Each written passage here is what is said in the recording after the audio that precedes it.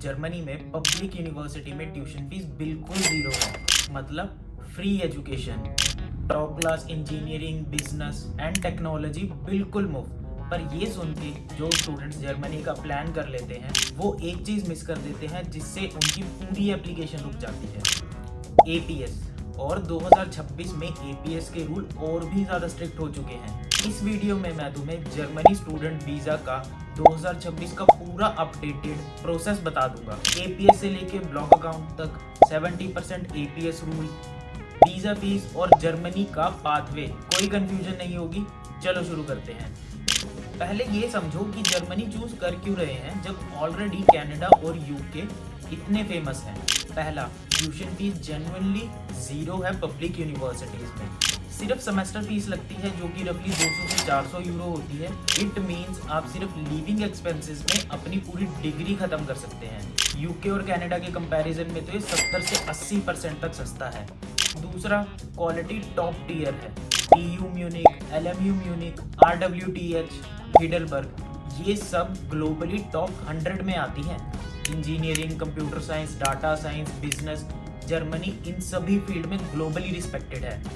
तीसरा, post study work की opportunity. Germany में ग्रेजुएशन के बाद 18 महीने का जॉब सीकर वीज़ा मिलता है, जिसके बाद आपको ब्लू कार्ड मिलता है जो पूरे यूरोप में काम करने का राइट देता है। लेकिन जर्मनी ईजी नहीं है, प्रोसेस स्ट्रिक्ट है, डॉक्यूमेंट परफेक्ट होने चाहिए, एपीएस मैंडेटरी है और 2026 में तो रूल्स भी चेंज हो गए हैं। अब आता है वो पार्ट कि 2026 में सबसे ज़्यादा चेंज क्या हुआ है, एलिजिबिलिटी। ध्यान से सुनो, विंटर सेमेस्टर 2026-27 से अगर तुम जर्मनी में बैचलर्स या स्टडी इन कॉलेज के लिए अप्लाई करते हो तो ग्रेड 12 में मिनिमम 70% मार्क्स होना मैंडेटरी है। ये रूल नॉन नेगोशिएबल है, चाहे सीबीएसई हो, आईसीएसई हो या कोई भी बोर्ड हो, सभी के लिए 70% मार्क्स होना मैंडेटरी है। अगर नहीं है तो आप फाउंडेशन ईयर में जाओगे। जर्मनी में 13 साल की स्कूल एजुकेशन रिक्वायर्ड है, यानी कि +2 के बाद आपका एक ईयर बैचलर्स का कंप्लीट होना मैंडेटरी है। बट इंडिया में सभी 12th पास आउट होते हैं, तो आप अपना गैप कैसे कवर कर सकते हो? Number 1, study in college. Germany में 1 साल फाउंडेशन ईयर में निकालो, फिर ये एग्ज़ाम पास करो। वो एग्ज़ाम पास हुआ तो बैचलर्स डिग्री में डायरेक्ट एंट्री मिलेगी। ऑप्शन नंबर 2, इंडिया में किसी भी रिकॉग्नाइज्ड यूनिवर्सिटी से 1 साल बैचलर्स का कंप्लीट करो, सेम या फिर रिलेटेड फील्ड में, जो डायरेक्ट एडमिशन के लिए आपको एलिजिबल बनाता है। मास्टर्स के लिए ये इशू नहीं है। अगर 12th में 70% स्कोर है और आपने जी या नीट के एग्ज़ाम क्लियर करे हैं तो कुछ पब्लिक यूनिवर्सिटी इस बेसिस पे भी आपको डायरेक्ट एंट्री प्रोवाइड करती है, बट ये हर एक यूनिवर्सिटी पे एप्लीकेबल नहीं होता है।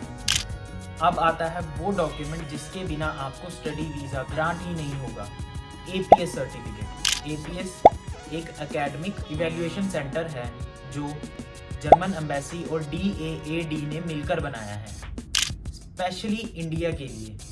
ये तुम्हारे 10th, 12th और बैचलर्स डिग्री वेरीफाई करता है और उनकी ऑथेंटिसिटी चेक करता है। बिना वैलिड एपीएस के आपकी जितनी मर्जी अच्छी प्रोफाइल हो, आपको जर्मन स्टूडेंट वीज़ा ग्रांट नहीं होगा। विंटर 2026-27 के लिए एपीएस के रूल और भी ज़्यादा स्ट्रिक्ट हो चुके हैं और स्पेसिफिकली ये रूल्स इंडियन स्टूडेंट के लिए आए हैं।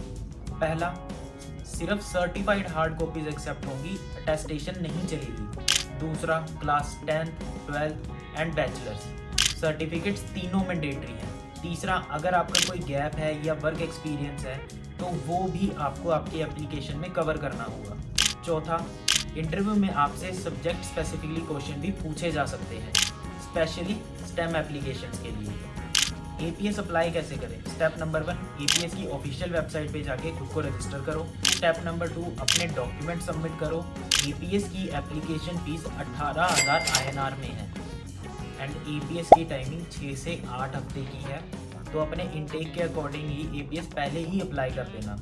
मोस्ट इम्पॉर्टेंट चीज़, एपीएस के लिए एक नया N-वेरिफान नंबर इंट्रोड्यूस हुआ है जो कि आपकी यूनिवर्सिटी ही आपको अलॉट करती है, और ये प्रोसेस सिर्फ बैचलर स्टूडेंट्स के लिए अभी इंट्रोड्यूस हुआ है। एपीएस अप्लाई करने के बाद अब यूनिवर्सिटी में अप्लाई करते हैं। ज़्यादातर German public universities uni assist portal का यूज़ करती हैं अपनी सेंट्रल एप्लीकेशन के लिए। कुछ यूनिवर्सिटीज़ का अपना डायरेक्ट पोर्टल भी है, आप उस पर जाके भी अपनी एप्लीकेशन सबमिट कर सकते हो। बट ये आपको यूनिवर्सिटी की वेबसाइट पे जाके चेक करना होगा कि वो किस मेथड से एप्लीकेशन एक्सेप्ट कर रहे हैं।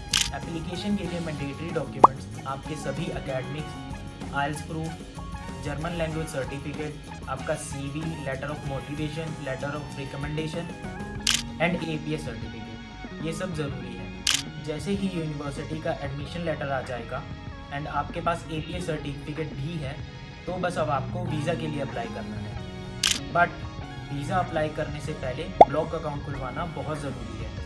जर्मनी में block account as a proof of funds use होता है, जो कि मैंडेटरी है इंडियन स्टूडेंट्स के लिए। 2026 में ब्लॉक अकाउंट 11,904 यूरोज़ का है, जो कि रुपीज़ में अप्रोक्स आपके 12 से 13 लाख बनते हैं। ब्लॉक अकाउंट एक्सपार्टियो या फिनटीबा जैसे प्रोवाइडर्स के थ्रू खुलता है एंड मंथली तुम्हें 900 से 1000 यूरो विड्रॉ मिलते हैं। जनवरी 2025 से जर्मनी ने एक नया सिस्टम लॉन्च किया है, counsellor services portal CSP portal. पहले सिर्फ BFS अपॉइंटमेंट होती थी, बट अब सारी एप्लीकेशन ऑनलाइन कर दी गई है। CSP पोर्टल पर रजिस्टर करो, अपनी एप्लीकेशन फिल करो, एप्लीकेशन फीस सबमिट करो और कंफर्मेशन रिसीट डाउनलोड करो। CSP कंफर्मेशन के बाद आपकी एप्लीकेशन कुछ टाइम के लिए वेटिंग में चली जाएगी एंड वेटिंग ख़त्म होते ही आपको BFS की अपॉइंटमेंट बुक करनी है। आपके नियरेस्ट जो भी सिटी पड़ती है, आप उसमें अपॉइंटमेंट बुक कर सकते हैं। अपॉइंटमेंट बुक करने के बाद डॉक्यूमेंट्स के एटलीस्ट 2 आइडेंटिकल सेट रेडी करो। Passport, application form, admission letter, APS certificate, block account confirmation, health insurance, IELTS, German score, CV, SOP, सब 2-2 कॉपीज़। वीज़ा फीस 75 यूरोज़ है, जो कि अप्रॉक्स 7,500 से लेकर 8,500 के बीच में आती है।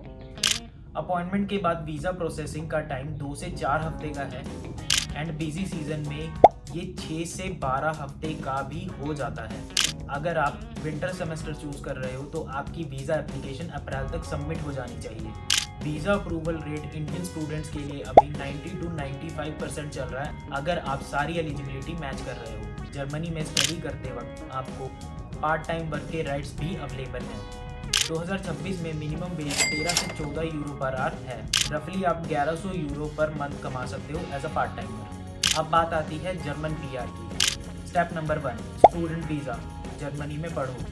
Step number 2, 18 months job seeker visa, study complete होने के बाद जर्मनी में जॉब करो। स्टेप नंबर 3, वर्क वीज़ा या ब्लू कार्ड। जॉब मिलने के बाद यूरोपियन ब्लू कार्ड से आप पूरे यूरोप में काम कर सकते हो। Step number 4, EU blue card plus B1 German is equal to PR, वो भी 2 सालों में।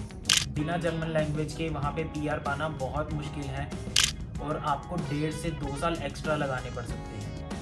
एंड 5 साल की रेजिडेंसी के बाद आपको वहाँ की जर्मन सिटीजनशिप मिल जाएगी, यानी कि टोटल प्रोसेस आपका 7 से 8 साल का रहेगा। जर्मनी 2026 में इंडियन स्टूडेंट्स के लिए एक बहुत अच्छी अपॉर्चुनिटी है। Free tuition, strong degree, clear PR pathway, European blue card. लेकिन ये तभी होगा जब आप प्लान सही करते हो। कमेंट में बताओ जर्मनी के बारे में आपको सबसे बड़ी कंफ्यूजन क्या है। लाइक करो, सब्सक्राइब करो और शेयर करो उसके साथ जो जर्मनी जाना चाहता है।